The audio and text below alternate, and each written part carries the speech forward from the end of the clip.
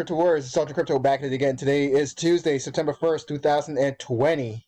It's already September, people. Wow. Time is flying. Time is flying. Time flies when you have fun, or when you're having fun. 2020, I just can't wait for 2020 to be over. I mean, Black Panther died. This whole COVID situation, the nation or the world on lockdown, like, wow. DeFi. So yeah, I just can't wait, man. And we're seeing right now Ethereum pumping, Bitcoin a little pump, and everything is up over the past 24 hours or so. Slight pullback on Chainlink and DOT and Cardano, but pretty much trading sideways for the most part, or pumping over the past 24 hours. Let's get into it. Stories coming today from Cointelegraph and Decrypt.co. Secret contracts may soon bring privacy features to public blockchains. Now, I kind of went over this yesterday with the fact that, I almost said Decrypt, but with CipherTrace, they're claiming that they're now able to trace and monitor Monero transactions. Well, now we're seeing that private transactions will soon have privacy features available to them. And when you're talking about large organizations, large companies, they don't want their stuff public or on a public blockchain. Okay, they don't need their stuff public and want their competitors to know what they're doing, so on and so forth. It's good to have these private transactions, but still verifiable on a blockchain via some smart contract mechanism somehow. And that's what they're working on, and that's what these things will be providing once the upgrades and things like that happen. Open source blockchain protocol Secret Network announced its intention to add privacy-based secret contracts to its mainnet. The upgrade will take place on September 15th once the proposal is passed by the community. The foundation explained, secret contracts allow for programmable privacy, allowing for arbitrarily complex data privacy controls to be implemented inside applications. The flexible encryption capabilities and controls offered by programmable privacy unlock the potential value of the decentralized web. And yes, I definitely think that this will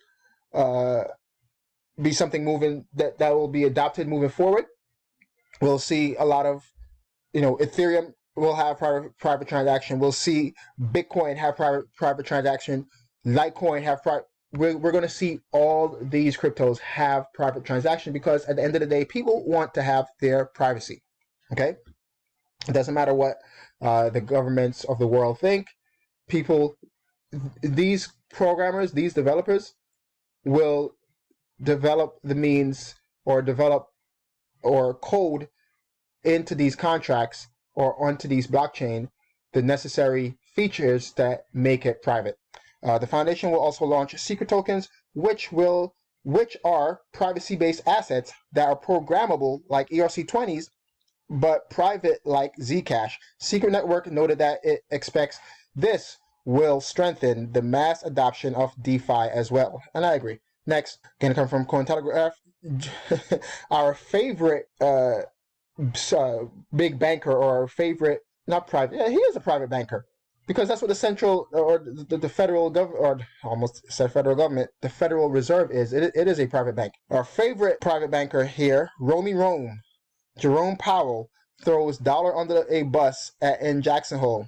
This article is just talking about the fact that they had this meeting last week and their plans to let inflation run wild. We're going to start seeing now, because of their necessary quote-unquote money printing or currency printing that the Federal Reserve have been doing, that they are the end result will lead to more inflation, and that's what they're aiming for. The people that get robbed from inflation, that's what's called an invisible tax.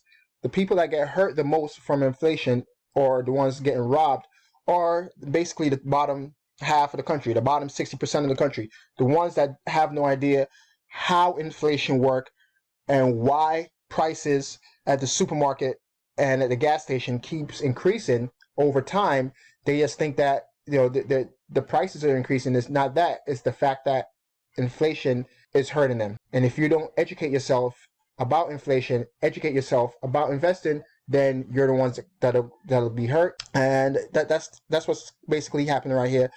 Let's go down to some quotes here coming from different CEOs, talking about the fact that inflation will hurt the U.S. The Winklevoss twins argue that inflation is inevitable, while gold, oil, and the U.S. dollar have long been the go-to safe haven assets. Gold and oil are illiquid and difficult to store, and the U.S. dollar is no longer safe as a store of value. They see Bitcoin benefiting enormously from the Fed's action. Don Go, the CEO of Broctagon Fintech Group, pointed out, should inflation continue to run high, we can expect many investors to use Bitcoin as a hedge, propelling its price up further. Throughout 2020, numerous analysts have predicted Bitcoin to reach heights that are unheard of, and it is undeniable that the market is in an even stronger position than it was during its 2017 bull run. Since then, the market has matured greatly with increased institutional involvement and media popularity as a result. If inflation appears inevitable to the Winklevoss twins, the Fed has all but guaranteed it. The Grayscale recently released a report arguing fiat currencies are at risk of debasement. That's what printing more currency does. Government bonds reflect low or negative real yields, and delivery issues highlight gold's antiquated role as a safe haven. There are limited options to hedge in an environment categorized by uncertainty. We're going to see over the next, I want to say, 18 to 24 months, the results of the continuous currency printing. And yeah, if you're not protecting yourself, if you're not educating yourself, you are the one that will be hurt. And for the majority of the public, that's what's going to happen. Next, Tezos agrees to pay $25 million in damages to its investors. The Tezos Foundation will pay damages to plaintiffs and holders who made a loss on their token investment, said court documents. This is coming from Decrypt. And we're seeing now, let me just give you a brief. The Tezos Foundation has agreed to pay $25 million in damages. Damages will be distributed to plaintiffs, lawyers, and token holders who made a loss. Despite the settlement, there is still no ruling on whether XTZ is a security. Well, this happened back in March when the federal court found that Tezos had to pay the plaintiffs in this court case a settlement of $25 million for them investing in their ICO and quote unquote selling on an unregistered security. Now, although the court ruled that they had to pay said fine, they still did not say whether or not it is a security. I guess they're leaving that up to the SEC to come out with a final decision. And here it is. The lead plaintiff, Trigon Trading, and other key figures will receive a small upfront settlement of $5,000 to $7,500 each, while the plaintiff's lawyers will receive over $8 million in legal fees. The ones making out like a fat rat are the attorneys. So I guess in this case, it pays to be an attorney, and they're the ones that's really making out, not really the plaintiffs. In my opinion. And yeah, it still doesn't say whether or not Tezos is a security. The judge didn't rule whether or not that if Tezos is security. They're just paying this fine and they're going to settle it right now.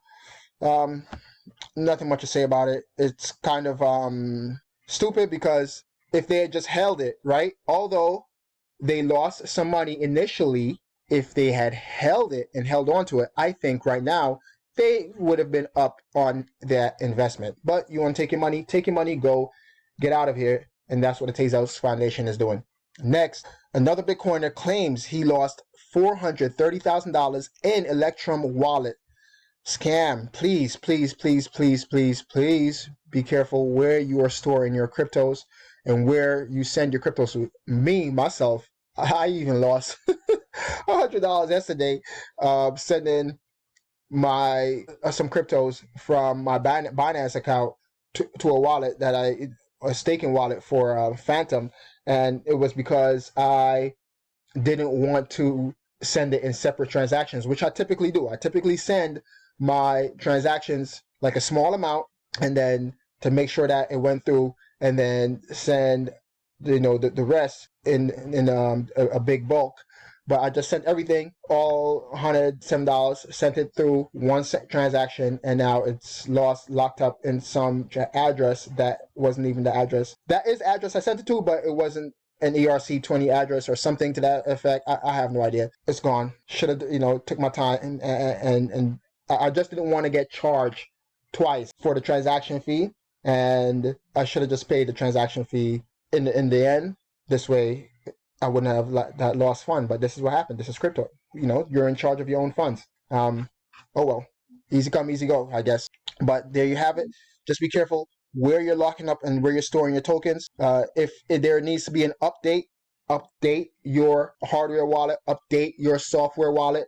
Always get the update from the original source or the official source of said wallet. This way you don't get scammed. All right. It's unfortunate that this person lost 36.5 Bitcoin, and another person lost 1,400 Bitcoin. Jeez, that's a lot of money, man. But yeah, there you have it. It sucks, and yeah, that's it. Next, speaking of Binance doubles down on DeFi with Smart Chain mainnet launch. Binance Smart Chain aims to bring decentralized finance services and applications to Binance Chain's ecosystem. And here it is. Blockchain platform Binance Chain has announced the mainnet launch of Binance Smart Chain BSC, a parallel network designed to support decentralized finance applications. And this is a tweet from them. And yeah, I mean, everybody is jumping on the DeFi bandwagon, and we're seeing now Binance starting to implement that on a parallel chain to their mainnet. But remember, it is not fully decentralized. There are centralized elements to it, helping the blockchain run at fast speeds with a high capacity. The platform touts fast block production rates once every 3 seconds and low transaction fees for DeFi and dApp protocols. So although they have fast speeds, there are still some centralized elements to it, and that centralized element is what allows for that speed and high output, high capacity. They're saying that it is self-custody. It's still a self-custody blockchain, but it is not fully decentralized.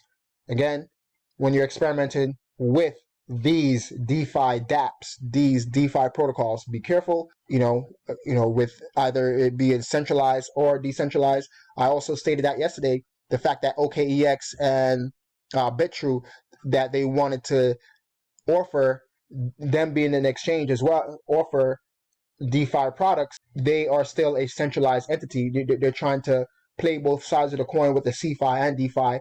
Just, remember that they're still a central entity, and although you still have to lock up your tokens and coins with them. So just be careful with all this DeFi mania that's happening out there. With that being said, thank you for watching. Smash up the like, hit that subscribe button and notification bell to get notified when I upload new videos. And thank you for all the support. It's Sergeant Crypto, and I'm out. Peace.